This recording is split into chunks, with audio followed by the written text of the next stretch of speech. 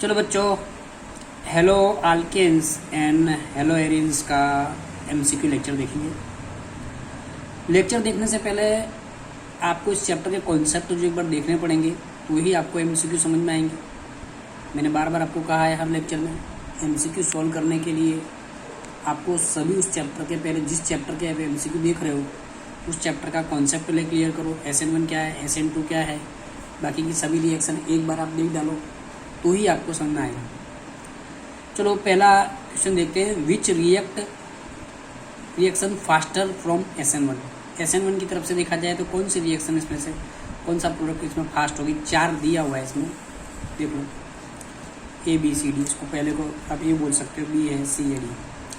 तो देख लो इसमें से कौन सा फास्टर रिएक्ट देगा।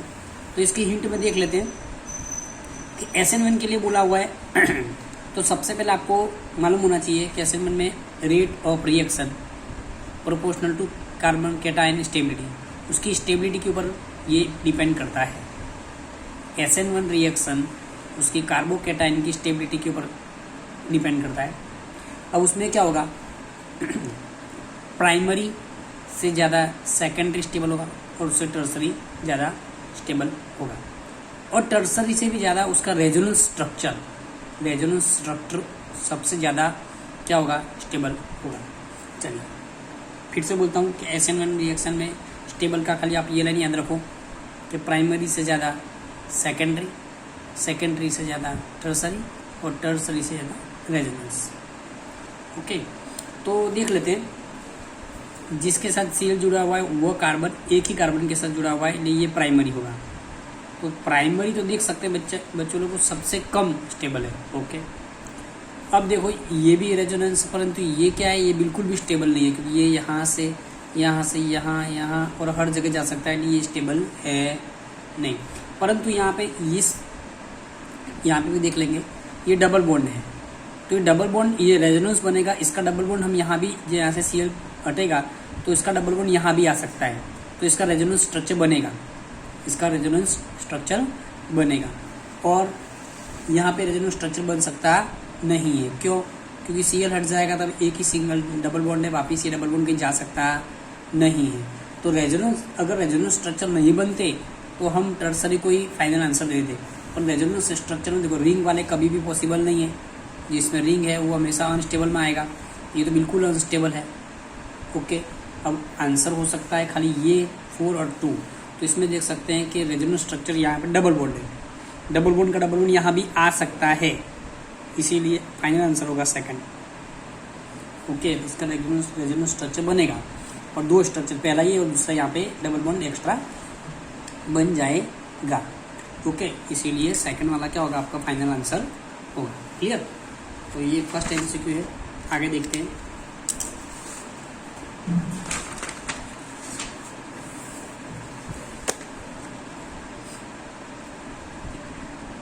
विच alcohol will react faster with Lucas result. तो HCl प्लस एनहाइड्रस ZnCl2 दिया है, उसके रिएक्शन में आपको 4 ऑप्शन दिए हैं ABCD, बराबर। तो ये ABCD है, इसमें से कौन सा ल्यूकास के संग ज़्यादा फास्टर होगा वो देखते हैं बच्चों, बराबर। तो देखते हैं, चलो 2 मिथाइल प्रोपेनॉल, बराबर। तो सभी को बताता हूँ मैं आपको एक्सप्लेन करके।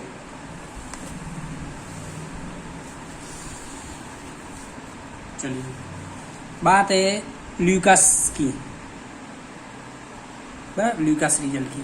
तो आपको ऑप्शन A दिया हुआ है। ल्यूकास में Lucas result HCl plus anhydrous ZnCl2, बराबर, ल्यूकास। तो उसमें ऑप्शन A आपको दिया हुआ है 2 मिथाइल प्रोपेनॉल, बराबर। 2 मिथाइल प्रोपेनॉल है, तो प्रोपेनॉल है, बराबर।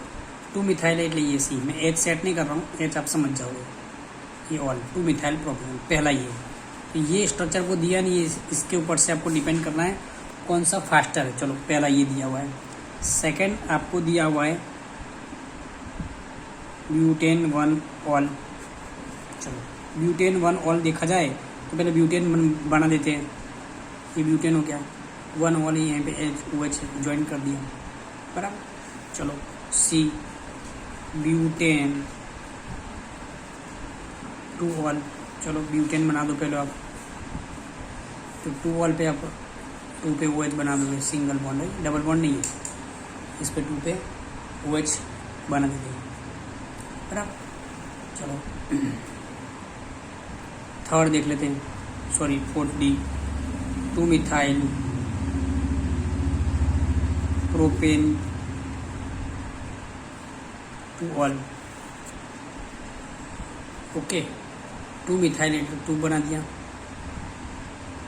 2 ऑल 2 पे OH बना दिया। चलो ओके इस पे हमको डिसाइड करना है कौन सा, तो फास्टर रिएक्शन के लिए देख लेंगे, इसमें भी जो प्राइमरी से ज़्यादा सेकेंडरी फास्टर होगी, सेकेंडरी से ज़्यादा टर्सरी। तो सबसे देख लेते हैं सब क्या है, कौन सा प्राइमरी है कौन सा टर्सरी है, तो देख लेते हैं। यहाँ पे इस कार्बन के साथ OH जुड़ा हुआ, ये कार्बन एक कार्बन के साथ जुड़ा है प्राइमरी, ये प्राइमरी फास्टर नहीं होगा। चलो जो कार्बन OH के साथ जुड़ा हुआ है वही कार्बन एक C के साथ जुड़ा है, ये भी प्राइमरी, ये भी फास्टर नहीं होगा, B भी नहीं आएगा। C जो कार्बन OH के साथ जुड़ा हुआ वो दूसरे 2 कार्बन के साथ जुड़ा है सेकेंडरी, कोई बात नहीं, लास्ट में देख लेते हैं एक बार। जो कार्बन OH के साथ जुड़ा हुआ वो कार्बन 3 कार्बन के साथ टर्सरी, तो टर्सरी सबसे ज़्यादा फास्ट होगा, तो D आंसर आएगा बच्चों। कौन सा आंसर आएगा? चलो बच्चों 3 MCQ पूरे हो गए, 4th नंबर देखते हैं नेक्स्ट। चलो C6H5CH2Br है, Mg ईथर और H3O+, इसकी प्रोडक्ट क्या आएगी? तो प्रोडक्ट में बच्चों एकदम सिंपल है, ये H3O है प्लस, बराबर। तो इसमें से एक H प्लस और OH माइनस, तो एक H प्लस जिसको मिल जाएगा, बराबर। यहाँ पे जैसे CH एक H इसको मिल जाएगा तो CH2 को CH3 हो जाएगा, क्या हो जाएगा? तो इसमें C6H5CH3 प्रोडक्ट होगी, तो ये इसका आंसर होगा। ईथर वाला, ये ईथर वाला आंसर नहीं होगा, अल्कोहल वाला नहीं होगा, सिंपल C6H5 इसमें एक H हो जाएगा और MgBr अलग हो जाएगा, ये MgBr ये अलग हो जाएगा, ओके। पहले इसके संग एक H ऐड हो जाए, वो आपका प्रोडक्ट है, ओके। चलो SN1 वाली ये मोस्ट रिएक्शन आपको बतानी है, तो सीधी बात आपको पता है प्राइमरी सेकेंडरी टर्सरी, तो देख लो लास्ट वाला टर्सरी में है, C के बाद CH3, देखो ये C6H5, बराबर। मैं आपको बता सकता हूँ, देखो C ये वाला स्ट्रक्चर, एक बाजू CH3 है, एक बाजू Br है, एक बाजू फिनाइल रिंग, 2 बाजू, એટલે ये क्या है? टर्सरी है, और टर्सरी क्या होगा? सबसे ज़्यादा स्टेबल होगा, मोस्ट रिएक्शन रिएक्टिव प्रोडक्ट होगी। देखो ये भी टर्सरी नहीं है, सबसे हाईएस्ट टर्सरी D है, तो ये क्या होगा? आपका आंसर होगा।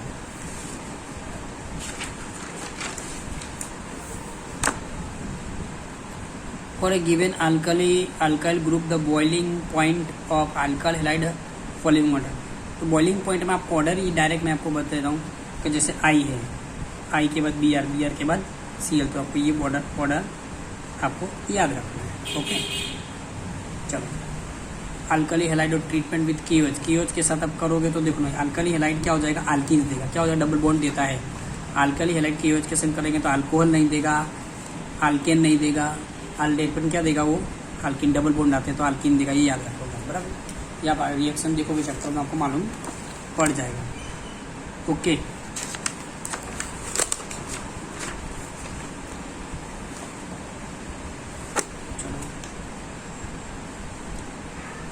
विच of the following is correct order strength? CX bond के लिए करेक्ट ऑर्डर क्या आएगा? आपको याद रखना है करेक्ट ऑर्डर, पहला फ्लोरीन, क्लोरीन, ब्रोमीन और आयोडीन, बराबर।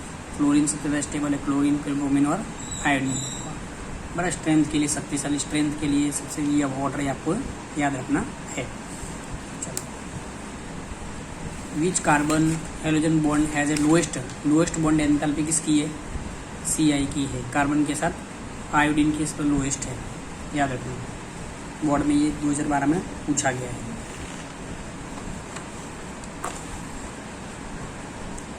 विच of the following is list bond enthalpy? सबसे बॉन्ड एंथैल्पी किसकी आएगी? CHI, अभी जो आया था वही 2014 बोर्ड में भी पूछा गया है।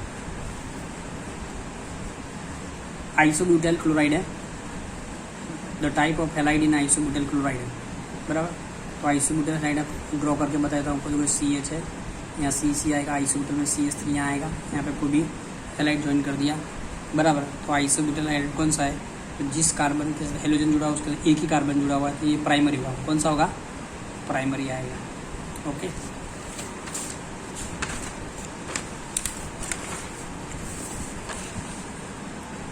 अब सेंड मेयर रिएक्शन दिए, विच of the following compound is obtain bye send mayor reaction. तो बच्चों सेंड मेयर रिएक्शन में आपको बड़े 4 ऑप्शन दिए, पर आपको मैं हिंट बाजू में लिख देता हूँ। ये रही हिंट आपकी। देखो सबसे पहले एनिलीन है। अब एनिलीन के साथ अपने NaNO2 और HX 273 और 278 केल्विन से लिया बेंजीन डायज़ोनियम क्लोराइड मिला प्रोडक्ट। क्या मिला, बेंजीन डायज़ोनियम क्लोराइड। और उसकी आगे जाके की तो ये प्रोडक्ट मिल गई है जिसमें X, बराबर। तो X के क्लोरोबेंजीन और ब्रोमोबेंजीन, 2 ही प्रोडक्ट पॉसिबल है, क्लोरोबेंजीन और ब्रोमोबेंजीन। तो आपके आंसर में देखो क्या है, क्लोरोबेंजीन, ब्रोमो नहीं है। अगर आंसर में ब्रोमो होता तो भी वो भी आंसर हो सकता है। तो X बराबर Cl अथवा Br, तो आपका क्या पॉसिबल होगा, क्लोरोबेंजीन पॉसिबल होगा। विच of the following is obtain the hydrolysis of ethyl magnesium bromide. तो इथाइल मैग्नीशियम ब्रोमाइड के साथ विच of the following is obtain bye hydrolysis करोगे तो उसका मैग्नीशियम ब्रोमाइड उसमें से निकल जाएगा। तो इथेन जो सिंपल आल्केन उसकी प्रोडक्ट रहेगी CH3 जो आल्केन होगा, इथेन उसकी प्रोडक्ट रहेगी। ये गुजरात बोर्ड 2014 में पूछा गया था आपको, बराबर। नहीं डबल बॉन्ड आएगा, नहीं ब्यूटेन आएगा, ये सिंपल आल्केन चेन नहीं आएगी, क्योंकि इसमें इथाइल तो 2 ही कार्बन रहेंगे, इसमें से मैग्नीशियम ब्रोमाइड अलग हो जाएगा, इसीलिए ये आंसर आएगा। Name of the following reaction, बराबर। यानी तो एसीटोन है, तो ये सबसे पहले सीधी बात है कि NaI याद रखो, ये R है, ये X है, RX प्लस NaI। तो ये कौन सी है, फ्रिंकल स्टेन है। कौन सी है, फ्रिंकल स्टेन है। ये 4 आपको दी हुई है कि कौन कौन से, स्वाट्स है, वुड्स है, फ्रिंकल स्टेन है, हेल्वहाल्ड है। पर इसकी हिंट देख लो कि RX NaI RI प्लस, देखो ये RI और NaX, ऐसा किस में होता है, फ्रिंकल स्टेन में होता है। वो आपको चलाते समय मैंने समझाया था, इसलिए इसका आंसर क्या आएगा, फ्रिंकल स्टेन।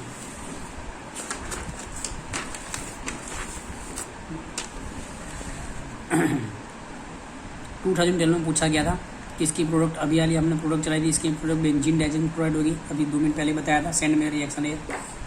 तो बेंजीन नहीं होगी, नाइट्रोबेंजीन होगी, क्या होगी, बेंजीन डायज़ोनियम क्लोराइड होगी। इसकी रिएक्शन अभी हाल ही में 2 मिनट पहले हिंट में देखा था अपन ने। ओके चलिए, प्रोडक्ट का नाम मेरा बेंजीन डायज़ोनियम हेलाइड, क्लोराइड बोल सकते हो, राइड बोल सकते हो। ओके चलो, SN2 का एक सवाल है, बीच ये लास्ट हमारा MCQ है, 1-2 है। चलो, which of the following statement incorrect for biomolecule nucleophilic substitute SN2 के लिए इनकरेक्ट क्या है, it is a second order reaction, सही बात है। चलो, the rate of SN2 reaction does not depend on concentration both substance, nucleophile की concentration depend करता है पर डज नॉट डिपेंड है। तो इसका मतलब क्या हो गया, ये रॉन्ग है, ये क्या है, रॉन्ग है। ओके चलिए आगे चलते हैं। इन SN2 reaction the substrate does not undergo heterolytic fission, heterolytic fission है, ये भी राइट है। इन SN2 reaction occurs in single step without forming intermediate, इसका मतलब ये भी राइट है, ये भी राइट है, परंतु रॉन्ग ये है, इसलिए इसका आंसर क्या आएगा, बी आंसर आएगा। ओके